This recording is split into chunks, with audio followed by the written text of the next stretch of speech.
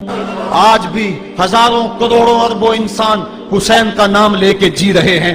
میں کہتا ہوں اگر کوئی یزید کا نام بھی لیتا ہے تو وہ سر جھکا کے دیتا ہے۔ کیسا تمہارا لیڈر ہے جس کا نام لیتے ہوئے بھی تمہیں شرم آتی ہے؟ نام لینے سے پہلے سر جھکاتے ہو، نام لیتے ہوئے پسینہ پسینہ ہوتے ہو، نام لینے کے بعد منہ چھپا لیتے ہو۔ تمہیں اپنے قائد اور اپنے لیڈر کا نام لیتے بھی شرم آتی ہے، اور جب ہمارے لبوں پہ نام حسین آتا ہے ہمارا قد اونچا ہو جاتا ہے، ہمارا سر فخر سے بلند ہو جاتا ہے۔ فخر کا دل میں دریچہ باز کرنا چاہیے، جن کا تو آقا ہے ان کو ناز کرنا چاہیے۔ تو حسین ابن علی نے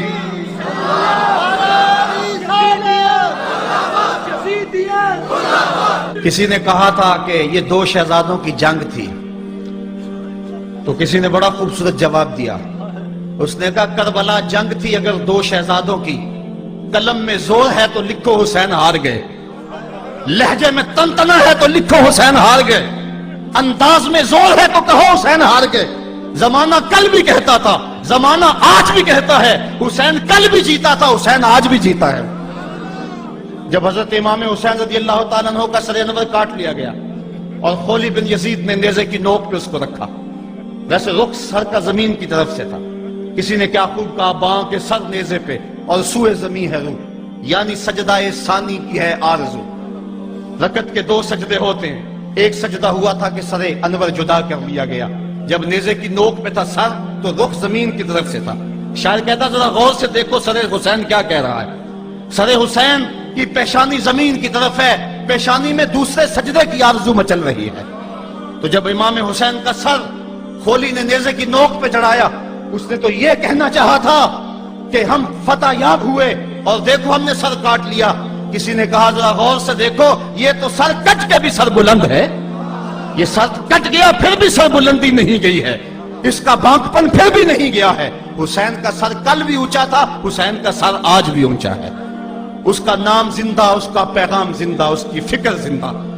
حضرت امام زین العابدین یہ کربلا کے وہ شخص ہیں جنہوں نے سارا منظر اپنی آنکھوں سے دیکھا تھا۔ اتنے دکھ کسی کو نہیں پہنچے جتنے زینب اور زین العابدین کو پہنچے ہیں۔ سب منظر کھلی آنکھوں سے دیکھا، 14 سال کی عمر ہے، بیمار ہیں، تاریخ بتاتی ہے اس کے بعد ساری زندگی حضرت زین العابدین نے ٹھنڈا پانی نہیں پیا، جب پانی پینے لگتے تڑپنے لگتے، کہتے مجھے سکینہ کی پیاس یاد آتی ہے، مجھے علی اصغر کا تڑپنا یاد آتا ہے، ساری زندگی پھر ٹھنڈا پانی نہیں پیا۔ حضرت امام زین العابدین نے یہ سارا منظر کھلی آنکھوں کے ساتھ دیکھا تھا، اور پھر آپ نے دمشق کے بازاروں میں بھی اور کوفے کی گلیوں کے اندر بھی سروں کا یہ قافلہ اپنی قیادت کے اندر جو ہے وہ گزارا تھا۔ جب یزید کے دربار کے اندر حضرت امام زین العابدین پہنچے تو یزید نے پہلے تو جو ہے وہ دکھ کا اظہار کیا۔ بعض لوگ یہاں سے یزید کی بریت کا اعلان کرتے ہیں۔ یہاں کسی نے بڑی خوبصورت بات کہی کہ قاتل کی پشیمانی مقتول کی اہمیت کو تو بڑھا سکتی ہے لیکن اس کے دامن سے قتل کے داغ کو نہیں دھو سکتی۔ تو اس نے یہ سب کچھ کیا، یہ بس اس کے ٹسلے تھے جو وہ بہانے لگا، لیکن بعد میں اس نے حضرت امام حسین رضی اللہ تعالی عنہ کے دانتوں کے اوپر جو ہے وہ چھڑی مارنا شروع کر دی۔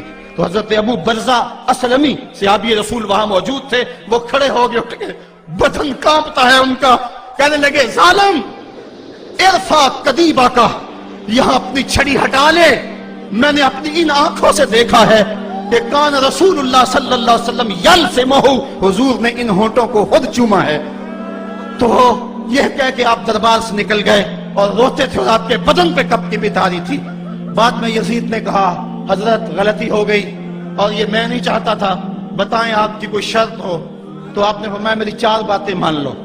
ان 4 باتوں میں ایک بات یہ تھی کہ سر حسین اور سر شہیداں ہمارے سپرد کر دو تاکہ ہم کربلا جا کے ان کی تدفین کر سکیں۔ دوسری یہ تھا کہ ہمیں مدینہ حفاظت سے پہنچا دو۔ تیسری شرط یہ تھی کہ مجھے جو ہے وہ جمعے کا خطبہ دینے کی اجازت دو آج دمشق جامع مسجد کے اندر۔ چوتھی بات آپ نے یہ فرمائی کہ قاتلان حسین جو ہے وہ میرے سپرد کرو۔ اس نے کہا ہاں کون ہے قاتل حسین کا؟ لوگوں نے کہا خولی ہے۔